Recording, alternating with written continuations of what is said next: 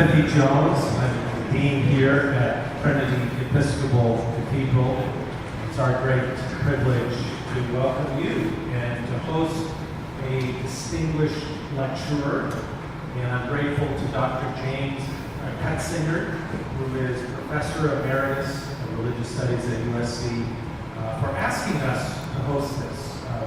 Dr. Cutzinger is the catalyst for this, and it's a great pleasure we have to host this. Now, as the host, I have a couple of important tasks. One is some very mundane but nevertheless important information.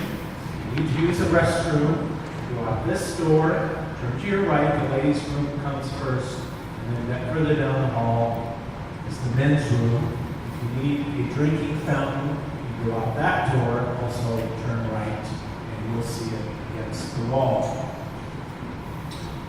Also, my task this morning is to introduce the introducer of our distinguished lecturer, and I'm very happy to do that.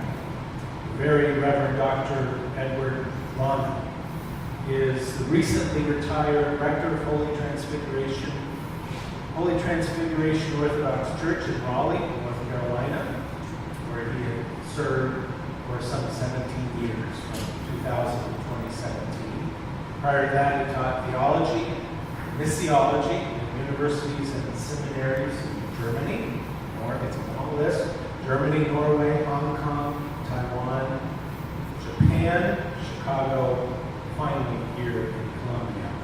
I've enjoyed talking with him just minutes ago about the piety and spirituality of the Eastern Church.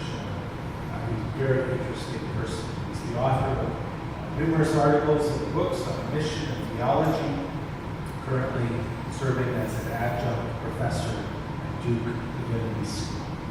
Dr. Lonham, thank you. Good morning. Although I did meet Dr. Hart some years ago at Duke Divinity School, my first encounter with him came through the reading of his book, The Beauty of the Infinite, The Ascetics of Christian Truth. And that book left a lasting impression of his remarkable and practical insight, and in particular of his understanding of Christian truth. Today we live in a very divided world of competing truth claims. Some seek to establish the truthfulness of their own claims by attempting to reduce or eliminate the distance between their own positions and those with whom they disagree. And they do that by trying to force agreement, by pitting persuasion against persuasion. And so today we have presidents and priests peddling in lies, attacking ad hominem, trying to navigate these dividing spaces with what Hart calls narratives of violence. But as he points out, Christian thought announces a God who is himself the distance of all things, the impossibility of exile, the peace of the infinite. Truth, then, is not a place at which one arrives after traversing the distance between our various opinions. No, it is rather the place where God's peace is to be shown. And so it is the crossing of the distances in peace and in love that Christian truth is made known. And in the degree to which it succeeds in re-narrating that distance as love. So only by assuming the form of a ceaseless practice of peace, even in enduring the wounds always borne by the body of Christ, can Christian rhetoric demonstrate and persuade that it is, in the end, the fire of an infinite love. This way of love and peace, it seems to me, gives us a practical way of dealing with the divisiveness of our day and arriving precisely at the truth. Dr. Hart has come a long way since writing that book. He is now a fellow at Notre Dame Institute for Advanced Studies. He continues to publish and lecture. So we are honored to have him with us. Please welcome Dr. David Bentley Hart.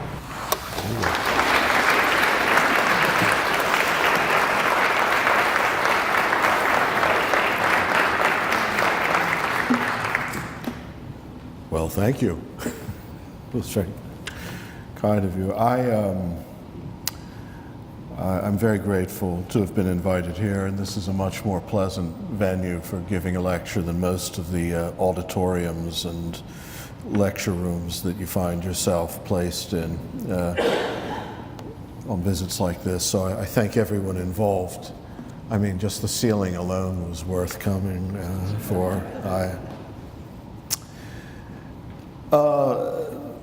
I have 2 books coming out in the near future, I should mention, but on each of which I've given a lecture, or about to give a lecture in this case, both of which are controversial in each in its own way, and neither of which I can represent exhaustively in a single lecture.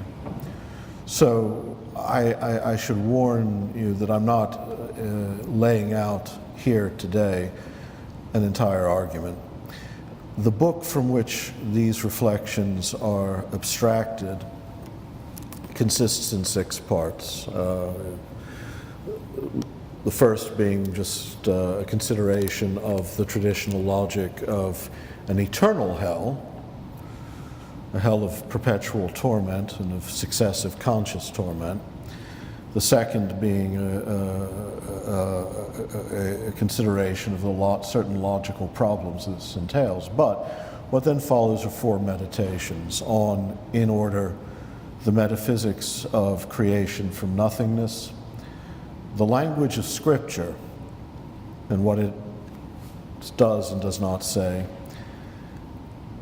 the nature of persons and what it is to be a person, and finally, the nature of free will as an act of rational agents. These reflections are taken principally from the 3rd meditation, which is the least dialectical, that is to say, has the fewest logical arguments to make and the most purely affective and pathetic. I hope in that way it'll be persuasive. Let me start with a quotation from Pascal's Pensées. It's one I remember reading when I was very young in French class in middle school. We had good schools in Maryland. I don't even know how to translate this short word. Cet écoulement, this effluence, appears to us not only impossible, il nous semble même très injuste. It seems to us very unjust. For what could be more contrary to the rules of our miserable justice? Misérable justice qui était amenée éternellement un enfant incapable de volonté. What could be more contrary to the rules of our miserable justice than eternally to damn an infant incapable of will for a sin wherein he appears to have had so small a part, as it was committed 6,000 years before he was in existence. 6,000 ans avant qu'il fût un être. Certainly nothing offends us more rudely than this doctrine, and yet without this mystery, the most incomprehensible of all, we're incomprehensible to ourselves. The knot of our condition takes its twists and turns. Pensée repliée c'est tout dans cet abîme, in this abyss, in such a way that man is more inconceivable without this mystery than this mystery is inconceivable to man. Now, of course, Pascal was a Jansenist, that is, a very severe Augustinian, and so he presumed the damnation of unbaptized infants as a matter of course. Not all of us would, certainly. I mean, Episcopalians and Orthodox, as a rule, don't hold to that. Well, Episcopalians are slippery people, though. I grew up among them, and they always dressed well, I would say that, but hard to pin down. Generally speaking, there's something deeply attractive in Pascal's cosmic despair. Its plangent melancholy, its occasional ghastly sublimity, its dreamlike vagrancies amid a vast and suddenly unfamiliar universe of things and spaces. But whenever one catches a glimpse of the specific doctrinal commitments sustaining that despair, the picture ceases to be quite so enchanting and becomes instead something a little morbid. For me, this passage is an exquisite specimen of the way in which Christians down the centuries have excelled at converting the good tidings of God's love in Christ into something rather dreadful. Admittedly, it's difficult not to admire the sheer ingenuity with which, on behalf of dogmatic commitments they feel they can't abandon, many of them have striven to make the abominable seem, if not palatable, at least vaguely reasonable. They tell themselves, say, that an eternity of torment is an entirely condign penalty for even the smallest imaginable sin, the most trivial peccadillo, because the gravity of any transgression must be measured by the dignity of the one whom it has wronged, and God possesses infinite dignity. Or that the revelation of God's sovereign glory and dereliction and redemption is a good surpassing every other, and even makes the perpetual sufferings of rational beings something like a happy circumstance when viewed from the vantage of eternity. But to me, this is all nonsense. I mean, guilt's proportion is not an objective quantity, but an evaluation, and only a monstrous justice would refuse to assign guilt according to the capacities and knowledge of the transgressor. I mean, there has to be some proportion between mens rea and actus reus in legal terms. And a glory that's revealed by cruelty or vengeance is not a glory at all. So, let me suggest, let me talk for a little bit about someone in church tradition remembered as the father of fathers, the pillar of orthodoxy, the great 4th century church father Gregory of Nyssa, because it's often been my lament, my tireless refrain, my cri de coeur, that he's not the voice that dominated in certain aspects of dogmatic development regarding sin and grace, and especially eschatology, the destiny of souls.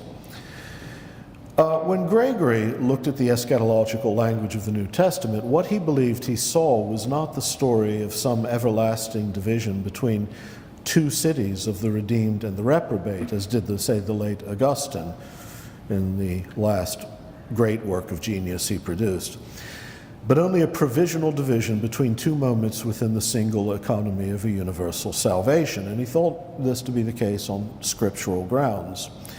For him, the making and redemption of the world belong to one great process by which God brings to pass the perfect creation that has resided from everlasting in the divine will and conceived and intended by him before all ages.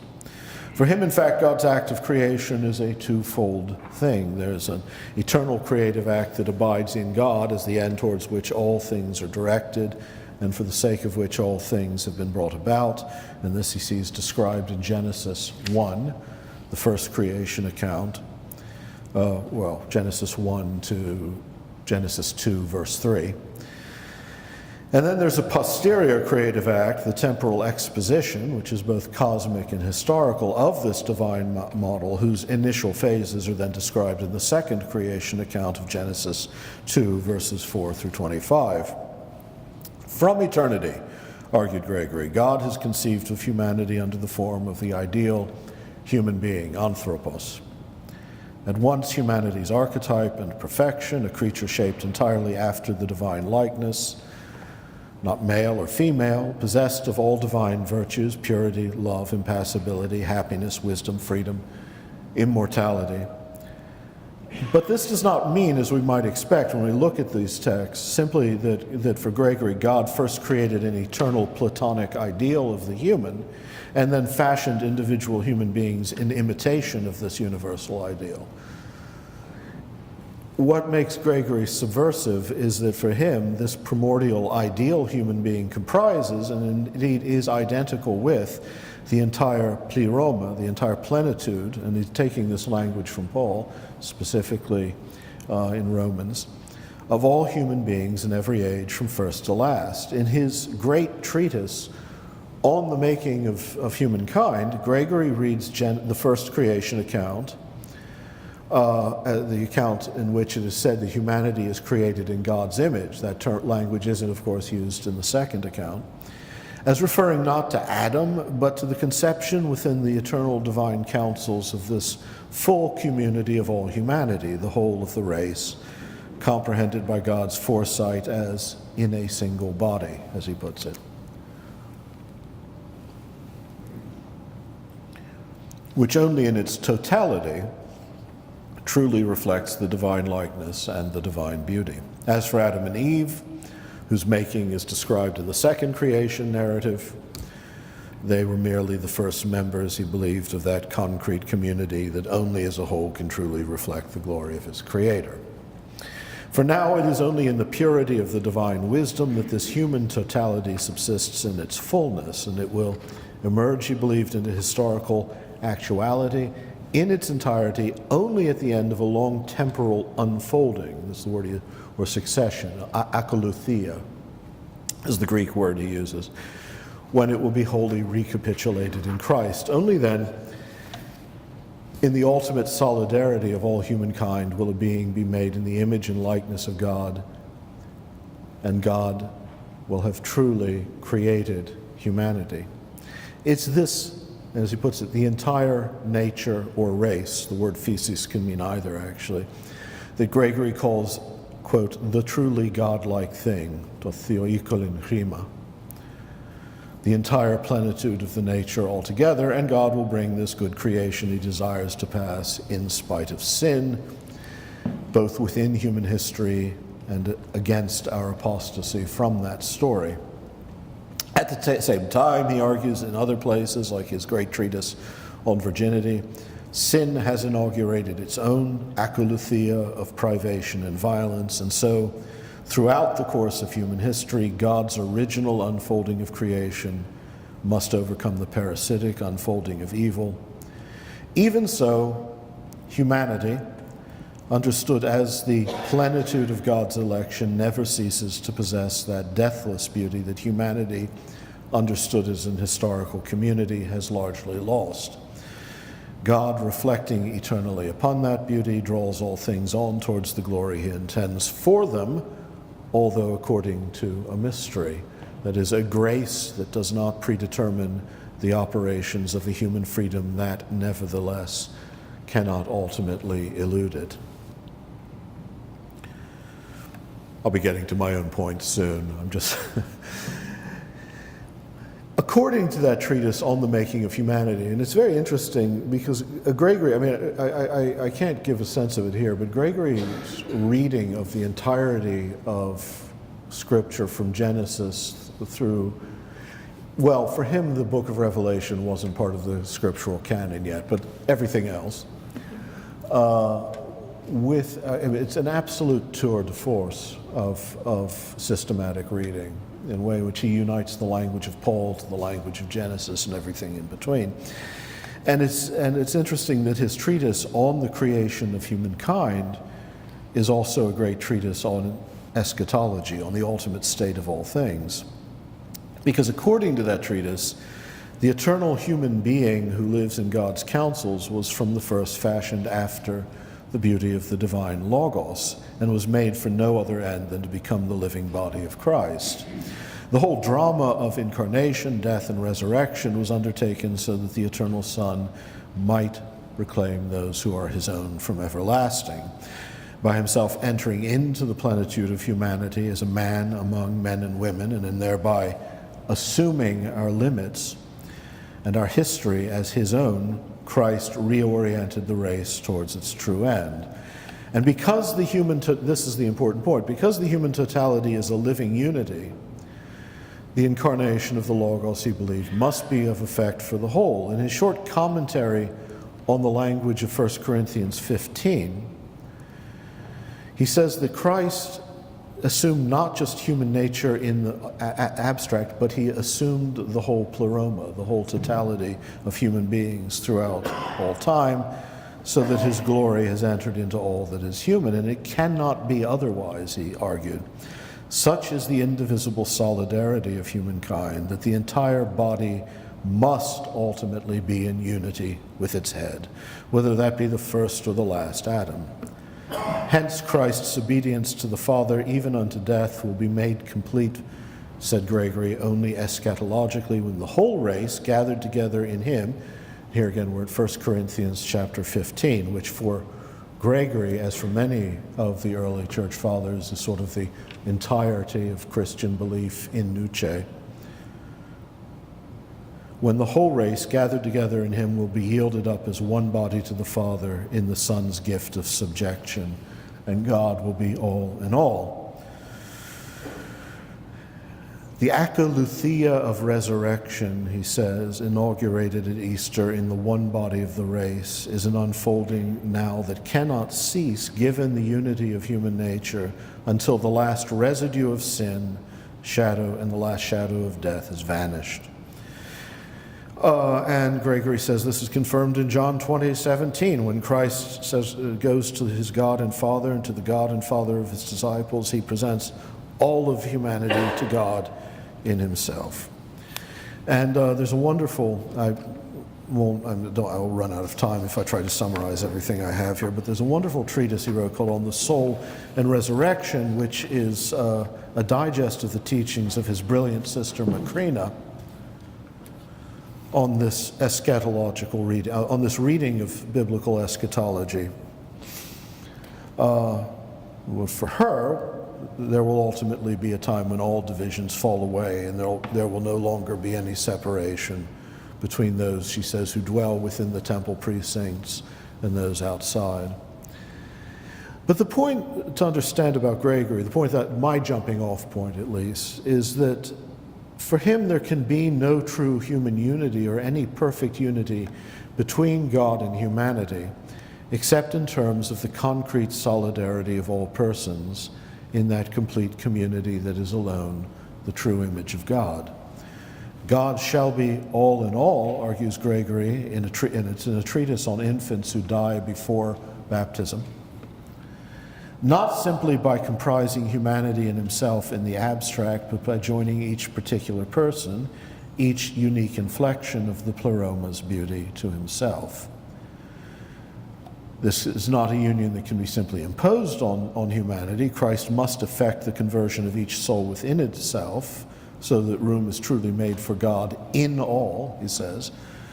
Salvation by union with Christ must unfold within human freedom. But for Gregory, in good classical Christian fashion, a good classical metaphysician that he was, evil and sin are always accidental conditions of human nature, not intrinsic qualities. Evil is a privation of an original goodness. It has no natural substance of its own.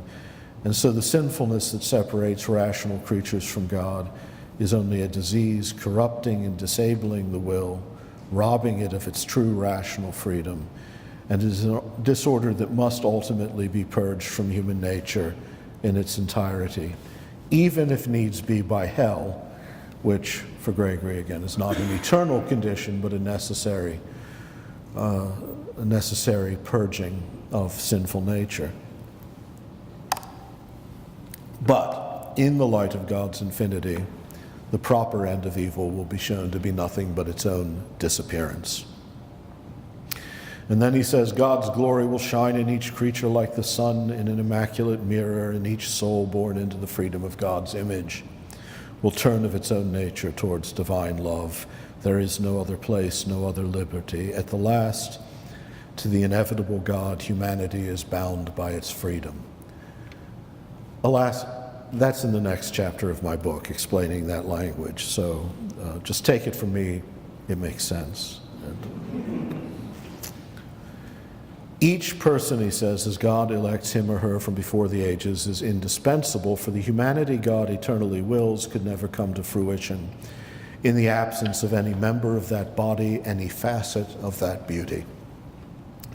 Apart from the one who is lost, humanity as God wills it could never be complete, nor even exist as the creature fashioned after the divine image. The loss of even one would leave the body of the Logos incomplete and God's purpose in creation unaccomplished. So that's Gregory.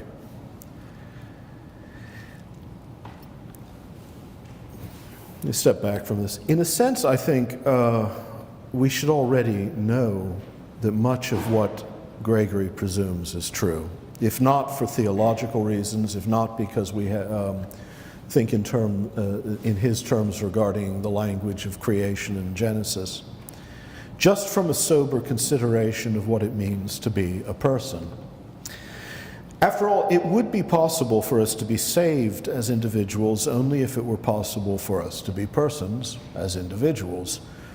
But this creates any number of problems. I'm not sure that it's even really possible to distinguish a single soul in isolation as either saint or sinner in any absolute sense, inasmuch as we are all, as Paul says, bound in disobedience, precisely by being bound to one another in the sheer contingency of our shared brokenness and the brokenness of our world and our responsibility one for another. Bound together in disobedience, says Paul, so that all may be shown mercy. Consequently, I can't even say where, at what extremity of pious despair, I could possibly draw a line of demarcation between tolerable and intolerable tales of eternal damnation.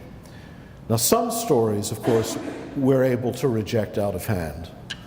Let me be the sort of bitter-souled, inflexible Calvinist of the 17th century Scottish Highlands.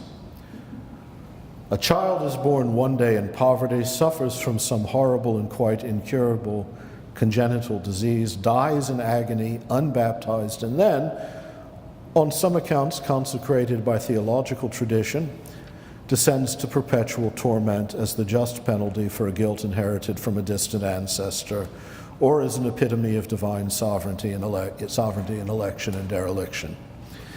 Now, most of us will recognize that this is more a degenerate parody of the gospel than anything taught by Christ or the apostles, so repugnant to conscience that even if it were possible to, even if it were true, per impossibile, it would still be morally indefensible to believe it. But then at what juncture does the language of eternal damnation really cease to be scandalous? Let's presume that the child who dies without reaching the baptismal font does not in fact descend into hell, and is not even conveniently wafted away into the perfumed limbo of unbaptized babes, as in Thomistic theology, but instead at once ascends to eternal bliss, there to grow forever into a deeper communion with God, as Gregory of Nyssa says in his treatise on children who die unbaptized. This is a much cheerier picture. But let's not stop there. Let's also imagine another child born that very same day, maybe that same hour, in perfect health, but who grows into a man of monstrous character, cruel, selfish, ultimately murderous, and who eventually dies unrepentant, thereupon to descend to an endless hell. Well, no doubt this fellow chose to become what he became to the extent that he was able to do so, so maybe he's only received what he justly deserves. And yet even then I can't forget or consider it irrelevant that he was born into a ruined world where a child can be born in poverty, suffer from some horrible and incurable congenital disease, die in agony. So what precisely did that wicked man really know of the good, and how clearly and with what rational power over his own will? Certainly he did not know everything, at least not with perfect clarity, nor did he enjoy complete rational discretion over his own deeds and desires. This thought alone is enough to convince me of the problems in the traditional doctrine, but it's not my principal point. I want to say something more radical, which is that there is no way in which persons can be saved as persons except in and with all other persons.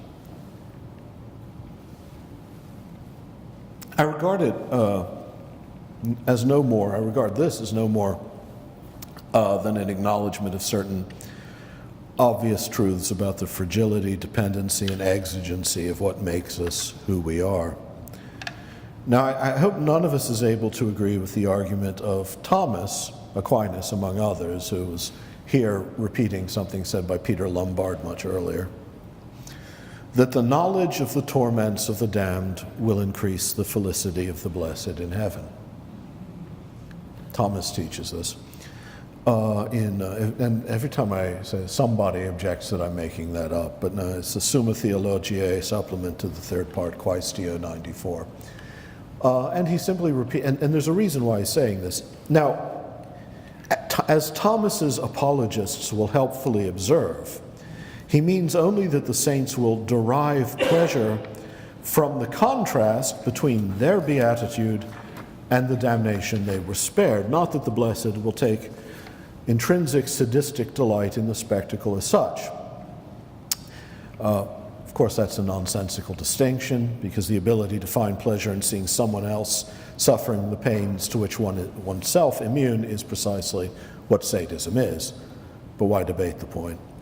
Most of us today are not going to defend the argument. Our tender consciences require more emollient formulations. But many of today's gentler champions of the idea of eternal torment, in their efforts to make emotional sense of a paradise of the blessed in which the bliss of the saints is undiminished by the misery of those left behind, end up making proposals scarcely less chilling.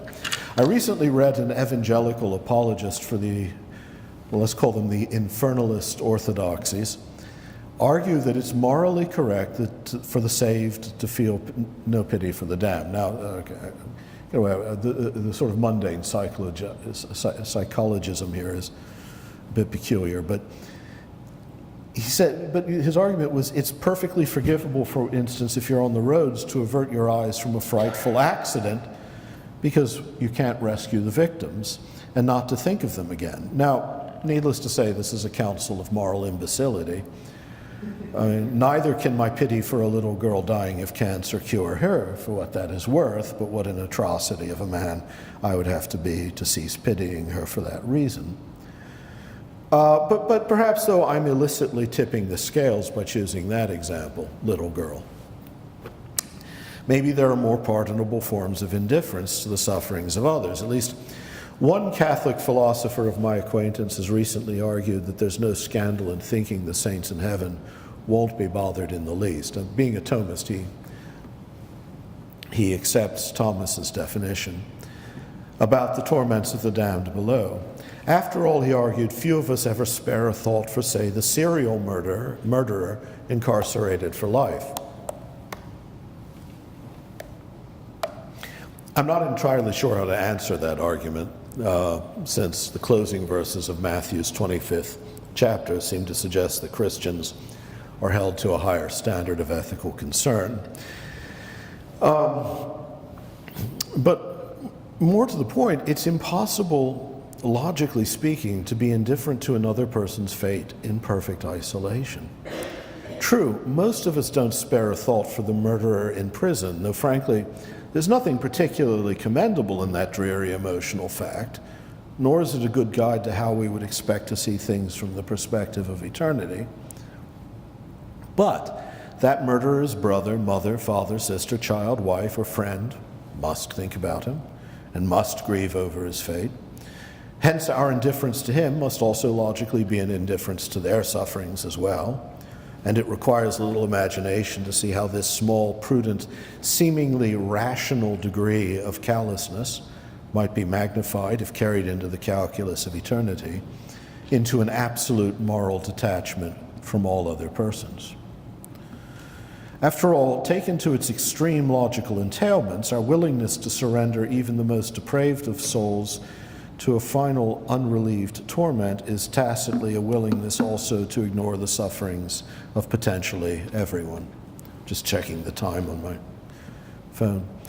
We cannot choose to cease to care for any soul without thereby choosing to cease to care for every soul to which that particular soul is attached by bonds of love or loyalty, and for every other soul attached to each of these, and if need be, for every soul that has ever been, if that's what it takes to be perfectly blissfully indifferent to the damned. And so it seems, if we allow the possibility that even so much as a single soul might slip away unmourned into everlasting misery, the ethos of heaven turns out to be every soul for itself, which is also, curiously enough, precisely the ethos of hell.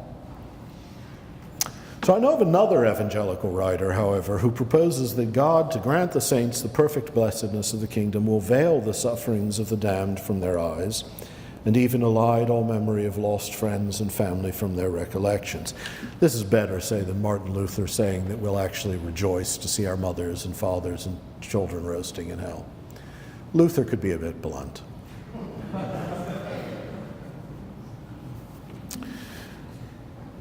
I suppose that this is better also than the Thomistic picture, but it's distinctly tragic nonetheless. I mean, it's how terrible just to imagine at a homely terrestrial level that the beatitude of the saints must consist to some degree in the destruction of part of their humanity.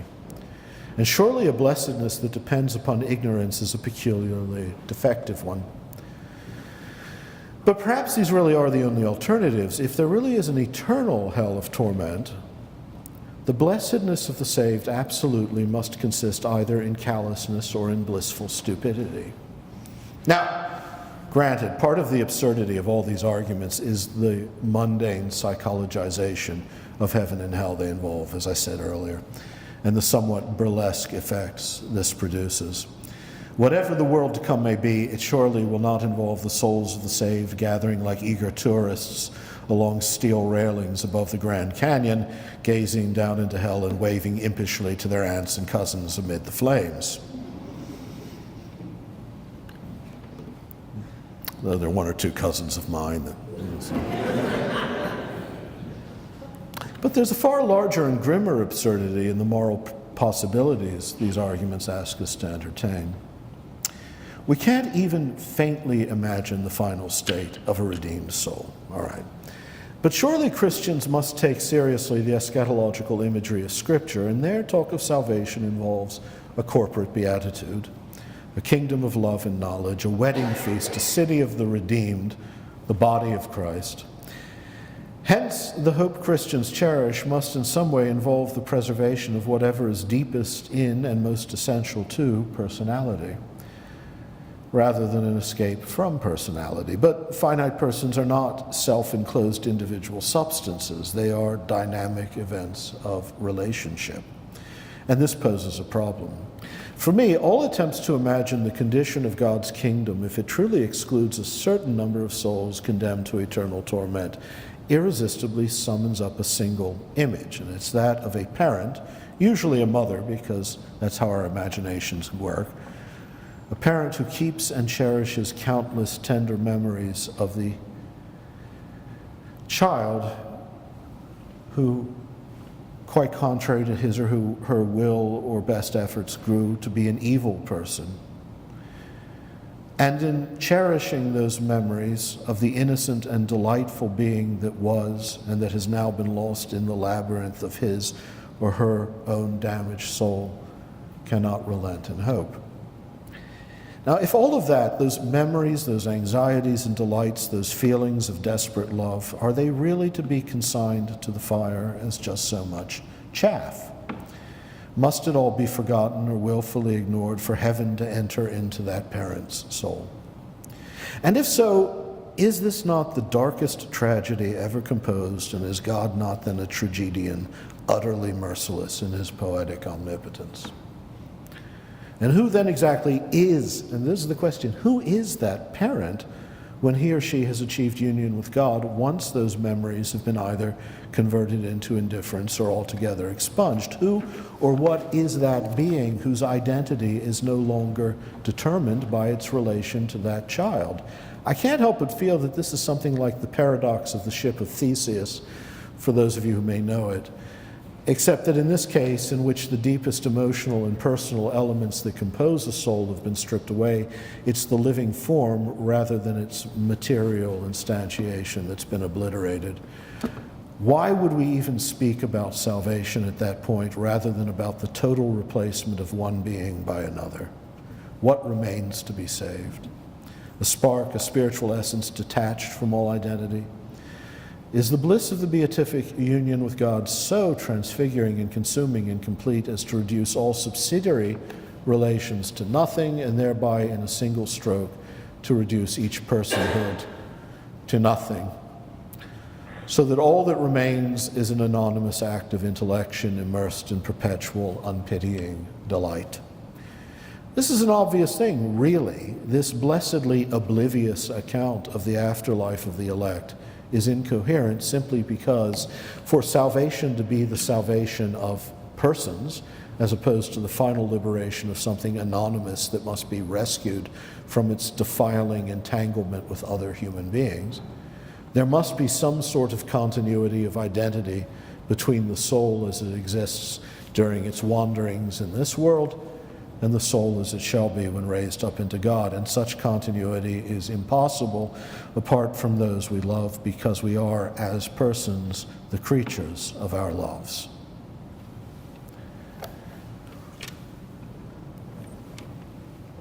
The issue here is not simply that our identities are constituted by our memories, though of course they are. We're not God. But also that the personhood of any of us in its entirety is created by and sustained within the loves and associations and affinities that shape us. There is no such thing as a person in separation. Personhood as such is not a condition possible for an isolated substance. It is an act, not a thing. It's achieved only in and through a history of relations to others. We are finite beings in the state of becoming, and in us there is nothing that is not action, dynamism, an emergence into a fuller or a retreat into a more impoverished existence. And so we are those others who make us. Spiritual personality is not mere individuality, nor is personal love one of its merely accidental conditions or extrinsic circumstances. We exist as the place of the other, to borrow a phrase from the great thinker Michel de Certeau. Surely this is the profoundest truth in the doctrine of resurrection. It's a claim not simply about resumed corporeality, whatever that might turn out to be. Again, 1 Corinthians 15 makes it a very mysterious thing in that regard. But more crucially, about the fully restored existence of the person as socially, communally, corporately constituted. For Paul, flesh and blood, the mortal life of the psychical body, as he calls it, the body of the soul, passes away, but not embodiment as such, not the spiritual body, which is surely not merely a local, but also a communal condition. Each person is a body within the body of humanity, which in its proper nature is the body of Christ. Where in this world then, or in the world to come, does the web of those associations that make us who we are, where does it reach an end? And our personhood, to go further, must surely consist not only in the immediate love of those close at hand, but also in our disposition towards those whom we, by analogy, care for from afar, or even in the abstract. For the most essential law of charity, when it is truly active, is that it must inexorably grow beyond all immediately discernible boundaries in order to be fulfilled.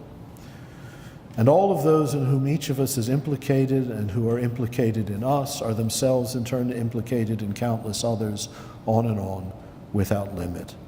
We belong to an indissoluble co-inherence of souls. A person cannot be a person at all except in and by way of all other persons. Gregory of Nyssa certainly understood this. Human beings are not, in the metaphysical sense, substantial relations or pure acts as Trinitarian theology, borrowing from Christological language, would come to say, parachoresis, that is reciprocally containing one another, as the persons of the Trinity are said to be. We are not metaphysically simple in that way. But if we are not subsistent relations, or if we are not metaphysically simple, we are nonetheless, so long as we are anything at all, subsistences of relationality. Each of us is an entire history of attachments, of affinities, of loves, and none of those is merely accidental to some more essential self. Yes, the psychological self within us, don't get me wrong, that small, miserable, empirical ego that likes to strut and fret its hour upon the stage of the world, is a diminished, contracted, limited expression of spirit and must ultimately be reduced to nothing if we're to be free from what separates us from God and neighbor. But the unique personality upon which that ego is parasitic is not itself merely a chrysalis to be shed. So then, either, if this logic is correct, either all persons must be saved or none can be saved. As that very famous theologian Abraham Lincoln said, when asked who would be in heaven, he said, it's either everyone or no one. He was a universalist, by the way, to the degree he had firm theological convictions. A lot of people in the 19th century were. It was all the rage. According to the traditional picture of a dual eternity, a final division of the saved and the damned, whether the latter be tortured forever or merely forever annihilated, God could in fact save no persons at all. He could, of course, erase the elect as whatever they once were, shattering their memories and attachments like the gates of hell, and then raise up some other being in each of their places, thus converting the will of each into an idiot bliss, stripped of the loves that made him her or her this person. But persons, it seems, could not be saved. They could only be damned. Only in hell could any of us possess something like a personal destiny, tormented perhaps by the memories of the loves we squandered or betrayed, but not deprived of them altogether. Is this then our choice after all, either a hell of eternal torment or a heaven that is the annihilation of everything that ever made us who we were? If that is so, if to enter heaven we must be reduced to anonymous essences, each indiscernibly distinct from every other, perhaps it is to hell that we should want to go. I began with a quotation from Pascal, so let me draw to a close with a long quotation from St. George MacDonald. Sorry, I just canonized him right now. I think I'm allowed to do that. I won't try the Scots accent, though. Who that loves his brother would not, upheld by the love of Christ and with a dim hope that in the far-off time there might be some help for him, arise from the company of the blessed and walk down into the dismal regions of despair to sit with the last, the only unredeemed, the Judas of his race, and be himself more blessed in the pains of hell than in the glories of heaven, who in the midst of the golden harps and the white wings, knowing that one of his kind, one miserable brother in the old world time when men were taught to love their neighbor as themselves, was howling unheeded far below in the vaults of the creation, who, I say, would not feel that he must arise, that he had no choice, that awful as it was, he must gird his loins and go down into the smoke and the darkness and the fire, traveling the weary and fearful road into the far country to find his brother, who, I mean, that had the mind of Christ, that had the love of the Father. Unquote. I actually think that MacDonald's words indicate the only true sense in which the sufferings of the damned could contribute to the beatitude of the saved, by awakening again and yet again a truly substitutionary love within souls whose whole being and delight consists precisely in such love. And really, if there is any true continuity between the charity we're called to cultivate in this life and the transfiguring love that supposedly unites us to God, then surely there can be no break upon our desire to include those outside the company of the redeemed. Such love could find its complete joy only in the joy of completion, and would not even be able to distinguish between this corporate desire for the salvation of all and the individual soul's longing for its own salvation. I am not I in myself alone, but only in all others. If then anyone is in hell, I too, partly, am in hell. Happily, however, if the Christian story is true, and especially in the way that Gregory of Nyssa reads it, that love cannot now end in failure or tragedy. Gregory's not alone, by the way. There's a whole list of patristic figures I could add. He's just the most systematic. The descent into those depths where we seek out and find those who are lost and find our own salvation in so doing would not be a lonely act of spiritual heroism or a futile rebellion of finite wills against a merciless eternity. We're, after all, supposed to be saved from death and sin, not from God.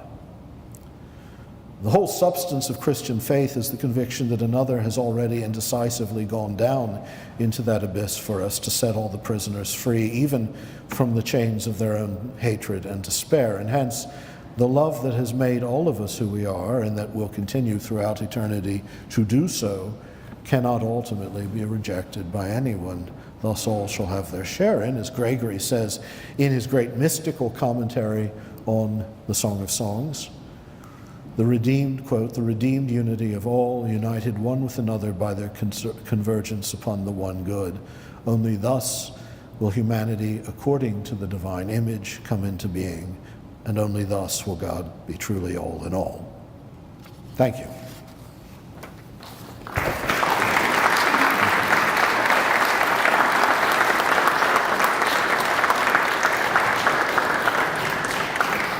I'm going to sit down, but I'm still going to take questions if anyone wants to ask them. Yeah. So, Dr. Hart will entertain questions. I'm told that anyone interested perhaps should come up, use this microphone to be heard, and have an exchange then with Dr. Hart. So, any questions from the audience? Or you're all entirely persuaded now. There's nothing further to settle, no questions to ask. I see some people coming just now. Well, it would allow me to And shorten. I've been asked to make sure your mouth is right up to this microphone to be heard properly. Hello, I have two sort of questions / possible contentions with your whole. Yeah. Anyway, so there's lots of words for it. The first question would be: if eternity is outside of time, is there consecutiveness in eternity? And if there's not, then would not sort of the same meaning of both John of Climacus's ladder and the traditional toll booth thing be that the state in which you die is sort of that state in which you end up in eternity? Yeah. No, stop there. No. First of all, that eternity is outside time is a truth that can only be the case of an infinite and simple being, God. Cannot be true of human beings. Human beings are finite acts of conscious intentionality, therefore they must move towards the future. Gregory of Nyssa also laid this out with incredible brilliance, and that's why his understanding of the union of a finite soul with God is epectasis, a successive outstretching. Now, it's not successive in the terms of chronos, that is, the time of generation and decay. But it's definitely, it must be for a finite soul one that possesses futurity, or it would simply be, the soul would simply cease to exist. And the philosophical reasons for that, and the reasons that Gregory adduces, and the scriptural reasons for believing that, are all quite unanswerable. Please don't bring up the toll houses stuff. I'm not interested in Orphic Gnostic nonsense. Okay. And then secondly, since you're Eastern Orthodox, how do you reconcile your view of universalism with the Fifth Ecumenical Council's decry of apostasis? Yeah, that never happened. The Fifth Ecumenical Council did not condemn universalism. It didn't even condemn Origen. There was something called Origenism that was separately condemned that got added in to the minutes of the councils, but no good scholar believes that the council ever even addressed it. And what was condemned then was not universalism as such, but a particular narrative that was based on a metaphysics, mostly based on the thought of Barsudeli. So that's a historical error. There's never been every good Orthodox scholar of the 20th century not just people like Alfeev, but Evdokimov, but even George Florovsky has said there has never been a condemnation of universalism doctrinally by the Orthodox Church. All right.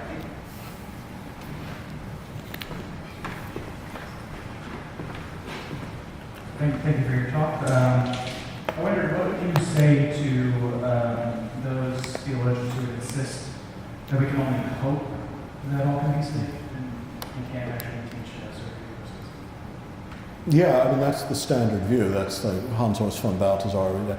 I have no use for that. And I'll tell you why. Why would we hope for it? Because we think that's the best thing that could happen. Are we saying that God's not going to God's not going to be able to achieve the best thing that's going to happen, so the whole drama of creation is just a provision, is just a relative good. He only got as much out of it as he could. I mean, I think the whole idea of hopeful universalism is simply hedging your bets that you might turn out to be more merciful than God, and that you'll have that satisfaction in eternity. So no, I've never had any time. I hate that little book by Hans Urs von Balthasar, not because it's not well meant, but because at the end of the day, what he says is, there are all these scriptural verses that seem to promise universal salvation, but there are others that are full of dire warnings that have traditionally been taken to mean eternal damnation, though, as he also points out, linguistically, that's not necessarily the case. And all we should do is hold them in tension in pious hope so that we have the charitable impulse to hope for all, but enough fear and trembling to know that God might turn out to be a Calvinist. To me, it's just silly.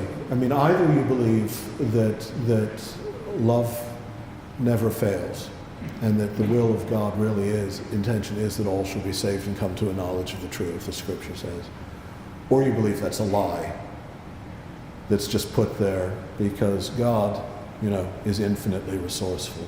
He can even make, as even Thomas Aquinas argues with brilliance, make one freely will the good without trespassing on your freedom. So, yes, I don't care for that. The hopeful universalist position.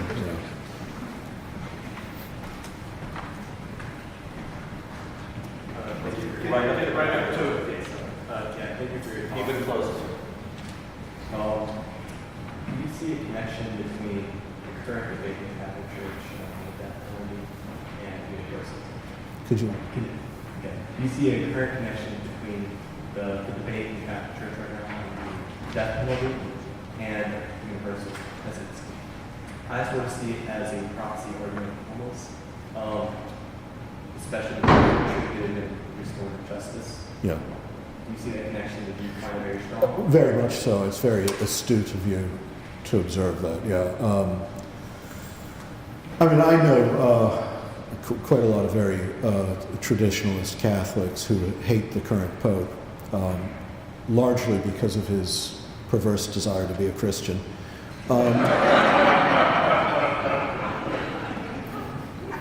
As far as I can tell, I mean, it's all that love and mercy and take care of creation and welcome the refugee and all that stuff that Jesus and other hippies thought was. But the death penalty issue is interesting because one of the things that's interesting about Catholic traditionalism is that if you've ever been in these circles, what's called traditionalism is that it's a fixation on and a love of 16th century Catholicism. And therefore it regards the ressourcement movement that went back to the patristic church to try to reconstruct doctrine and understanding of grace on those terms as somehow modernist. So that the 16th century is more ancient and authoritative than the 4th. And one of the things Francis has done, I don't know ultimately how Francis will turn out. We will see what emerges in the question of the abuse crisis, what he has done or what he hasn't done. He can't speak now without condemning his predecessor, so he can't speak. So I don't know ultimately how Francis will turn out. But what's clearly the case is many of his moves have been an attempt to return to an earlier understanding of the gospel is proclaimed. And one thing that's just a historical fact is that the early Christians thought Christians could never participate in capital punishment. I mean, this is just, the patristic evidence on that is absolutely overwhelming. But I think that behind that, you're right, there is a different argument going on. Because the Catholic traditionalists who are violently opposed to his new pronouncement, the way he's made pronouncements on capital punishment, see it often as being of a piece with a kind of latitudinarian tolerance of such things. I mean, these people who really, I've known, I'm going to slander people I know. I won't name them, except, of course, well, no, I won't name them. But I mean, honestly, for some of them, hell is the best part of the story. Because they belong to an exclusive club. And they intend to enjoy that exclusiveness throughout eternity. They want to be in the gated community and in the best private schools, and they want to have someone out there to envy them. There is that kind of, and for them, the softness of Francis on the issue of capital punishment is of a piece with this. And I have heard them make explicit links between his teaching on capital punishment and what they suspect is his secret universalism. Sorry I took so long to answer that, but it's early. All right.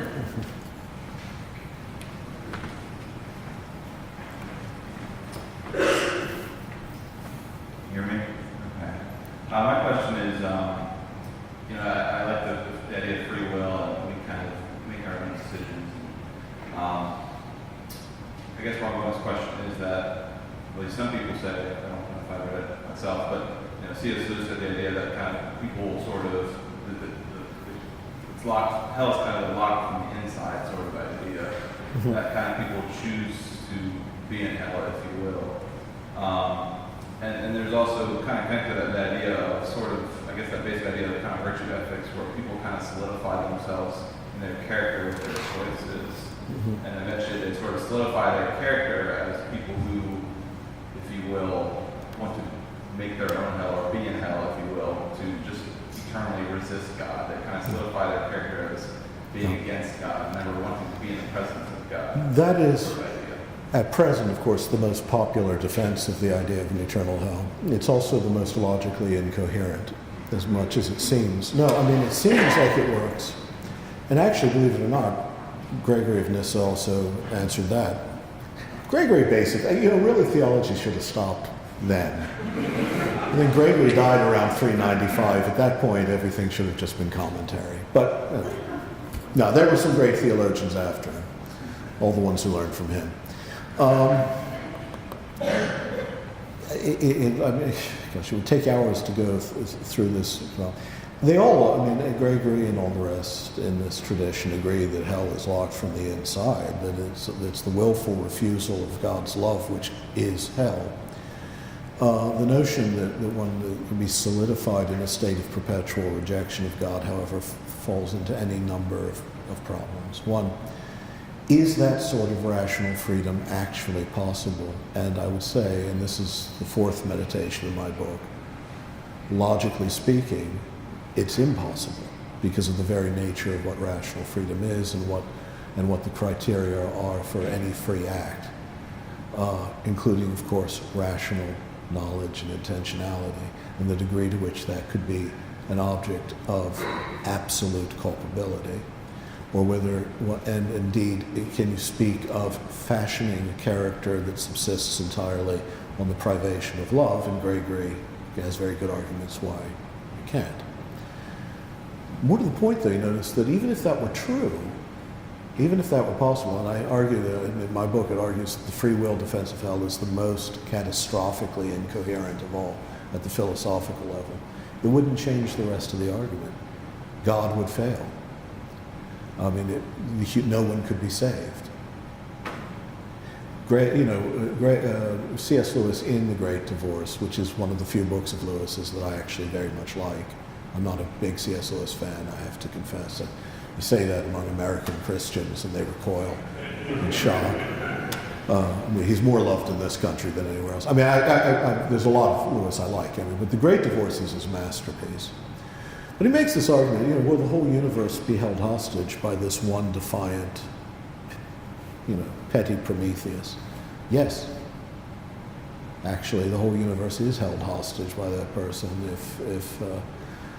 if love is what love has to be, if personality is what personality has to be, and if what Paul says in 1 Corinthians 15 will come to pass.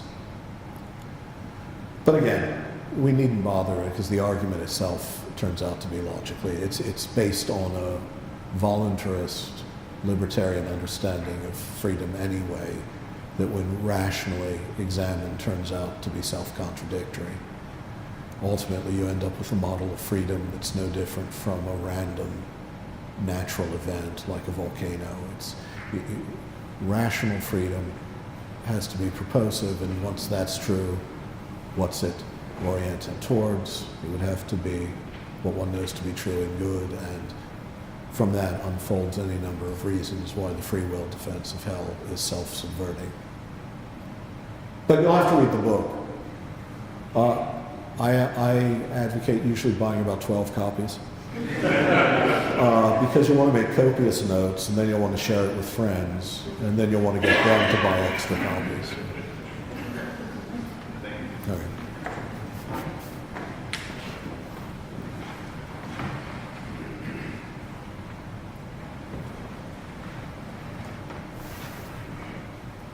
Let me follow up just with one question. David. Will it be an honest question? Will it be? So, Will it be kind? in my freedom, how do I keep from becoming complacent? Of course I'll be saved. Eventually I'll be saved. And then what motivates me in my own freedom? The synergy of relation to God. He's not going to impose salvation upon me, but only working with my own freedom will he save me. How do I make choices in the direction of that? If I say to myself, what the heck, it's all going to work out anyway. Well, you realize that everyone in this tradition firmly believed in the reality of hell. There's a line from Theodore of Mopsuestia. Would you rather that your hand be cured by a balm or by an amputation? You know, but on the whole, they didn't.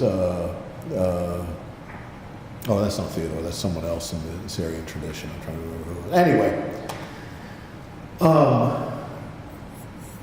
you know, it's funny how little that question occurs because it's assumed that that there's a kind of spontaneous love for the good and the love for God, which is its own rationality, its own logic of choosing the good and choosing God. So the more that we're freed from delusion and sin, the more naturally we adhere to God. That we're not simply fleeing hell, but that we're rushing forever into the embrace of one we love. But that said, there was, you know the history of the early church well enough to know this, even among in the great church tradition in places like Alexandria and elsewhere, it was assumed that there were levels of understanding. There was this distinction between the pneumatici, the most spiritual persons, the people who are merely psychici, and some people who were very low in love. And so they sadly, they were not spiritual egalitarians in this regard, at least not in this life. They believed that you had to terrify indomitably perverse and obstinate natures with the language of eternal hell or fear of hell constantly, while to the more enlightened you could speak of these things in a purer sense. So there's, of course, a sermon of Gregory of Nazianzus in which he suddenly shifts into a more katharevousa Greek, a more puristic Greek, so that the very educated in the room, he's talking about hellfire, it's a great fire and damnation sermon of that, but it's not quite Jonathan Edwards, but again, this is pre-Calvinist hellfire. He suddenly pauses and says in this more in this more elevated tone. But of course, some of us, or some here, prefer to think of this in a more elevated way, in a way more in keeping with the divine mercy and love. You know, then he shifts back, you know, there was a sort of, I'm sorry to say, a sort of cynical sense that one had to terrify certain persons into, because otherwise they would hear, "I'll be saved one day." Origen supposedly didn't like to talk about the issue openly because for him the terror of the refining fire of hell, I mean, like, they really had, it's almost like Buddhist hells. I mean, they come to an end, but they had extravagant notions of just how bad it is to have to be saved by fire rather than by love. But they're all drawing on Paul, right? It's chapter 3. That man's works. I mean, there are only two categories of persons there in that chapter that Paul talks about. Those whose works will stand the test of the fire of God's judgment, and those whose works will be consumed, but then they will be saved as through fire. There's no third category mentioned. It's just assumed that he means among the elect, even though that language is very suspect when you try to find how Paul really uses it. That's how they thought about it, and they, you know, if one needs fear, there is something to fear in immense pain and despair and alienation and loss. But I think the reason why that question didn't seem important to someone like Gregory or to, say, Isaac of Nineveh is they just assumed that the process of salvation itself is a clarification of the mind and will in such a way that one moves towards God as the natural end of a created rational nature. So the more one is set free from sin and death, the more naturally one becomes like God.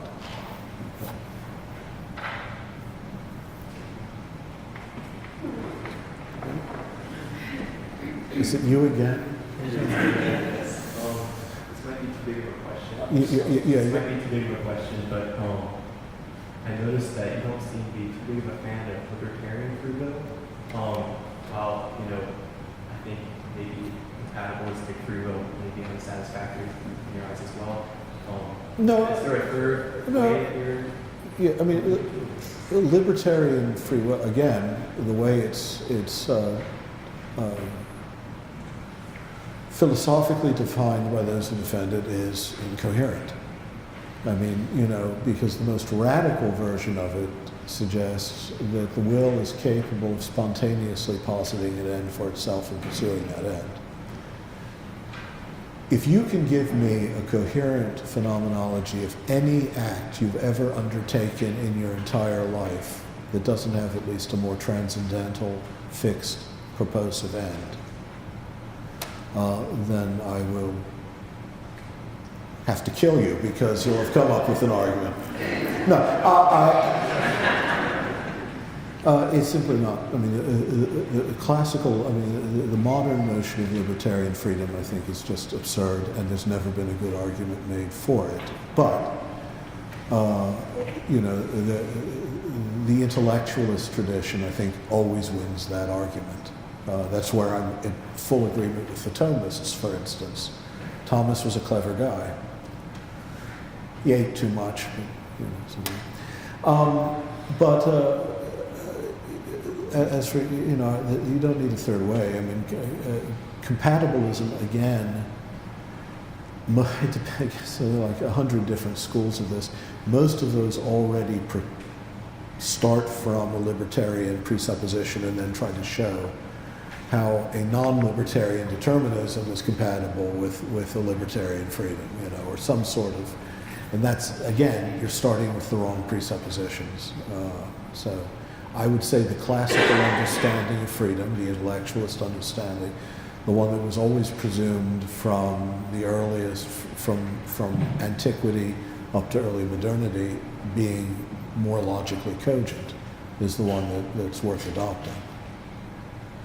And what should I read to learn more about intellectualist version of this? Because from my perspective, all I see is compatibilism versus libertarian free will. I don't really know I know, it's like choosing, as last night, we're asked to choose between Cartesian dualism or mechanistic materialism, right? Or materialist monism, and this is a false choice because they're two modern options that have excluded any number of other more rational possibilities. There are any number of great expositions of it. Iris Murdoch, The Sovereignty of the Good. I think that's what it's called. Fire in the Sun. She's good on this. What's that wonderful American? W. Norris Clark. But anyway, okay.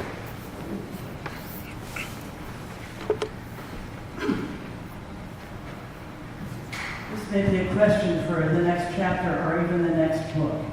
In wrestling with apocalyptic literature in this season, with how to preach it, an advisor of mine who was a retired seminary professor said, we don't reduce it to just the Jesus and me relationship. Right. And you have emphasized that in myriad ways, especially saying none of us are in relation with God unless we all are. I was wondering if you could open yet a further door to the cosmic renewal Right. of creation. Yeah. Yeah, well, that's also in the book to a lesser degree because the book focuses on a specific question. But yeah, I mean, this is an old argument I do have with the Thomists and have had theatrically in public. That of course all the scriptural language, not just the apocalyptic language, the language of the prophets and of salvation is of that term apokatastasis means restoration. Apokatastasis panta, restoration of all things, and all the eschatological imagery of salvation is cosmic in scope. It's it's not spirits prescinded from the flesh ascending to a disembodied heaven. It's the renewal of creation and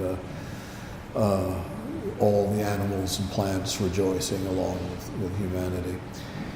The greatest figure in patristic tradition, I don't know why, not that you have to stick there, but this is Maximus the Confessor, in that he understood, there's this wonderful,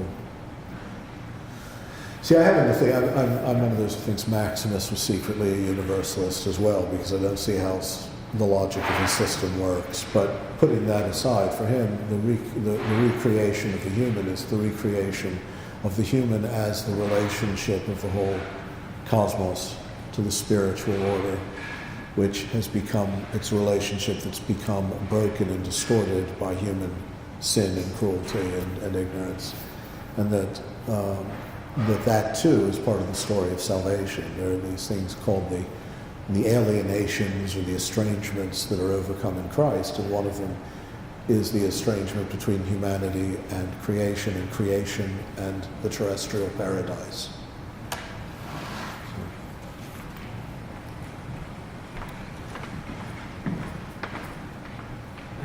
Usually when I hear talks about apostolic universalism, the question of salvation of demons or redemption of demons comes up.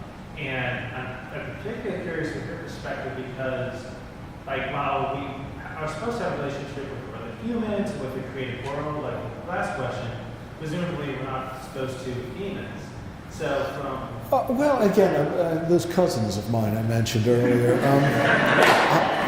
have my suspicions.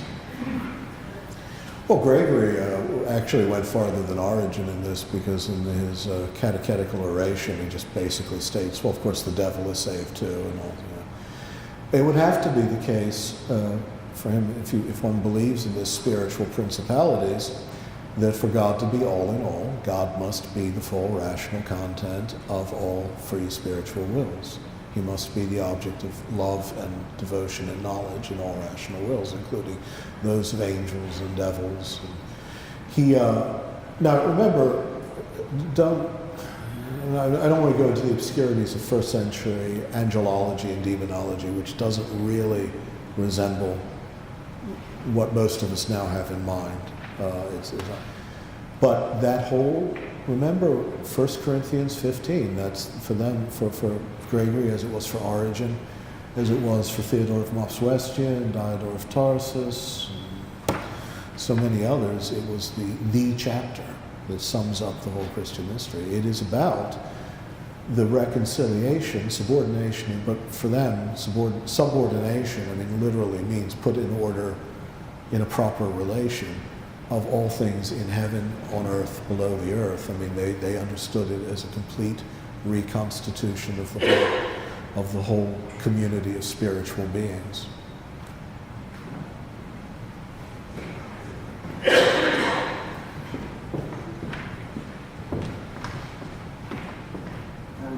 How would you counsel someone who is contemplating suicide? That it's a bad idea. Why? What's the question? Well, if you're contemplating suicide, you're basically saying it's better over there than it is over here. Well, again, as I say, if all of those dire warnings about descending willfully into hell are true, then I would think suicide is generally, I don't know, because see, the way we think about suicide has always been rather perverse anyway. I mean, I hate to say it, but Orthodox tradition is horrible on this for a long time. Even not allowing prayers for those who had committed suicide, which is a curious thing.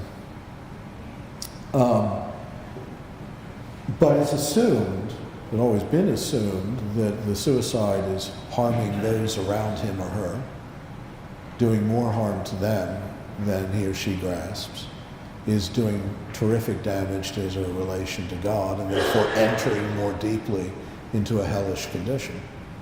Again, none of these universalists that I've mentioned today did not believe in hell. They all believed in hell. They believed, and I'm pretty sure they assumed that suicide is a specific, a very privileged entry into hell. I don't think that, because I think that, but I do think one's in a hellish condition when one commits suicide. Not necessarily a culpable condition, but a condition of being lost and suffering, and suicide is not the answer. Prayer, healing is. I mean, I'm not quite sure what the question is, because. Well, I think the position that comes to mind is that I'm feeling particularly alone, so I'm not feeling that connectedness, which I think if you felt the connectedness, you might not feel that despair. Right. So if I feel that aloneness, and I look over the boundary, and I say, well, gosh, heaven has got to be better than this. I'm out of here. Right. Well, needless to say, as I said, traditionally, it's always been assumed that suicide does not lead to heaven. Okay. Good. But not immediately.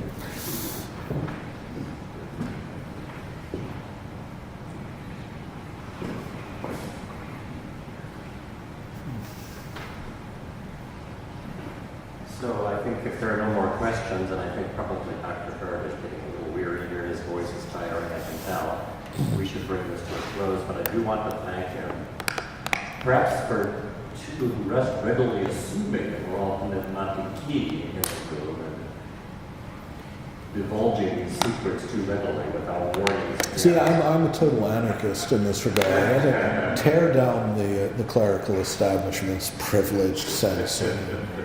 But thank you so much, Dr. Hart, and thank you all for coming.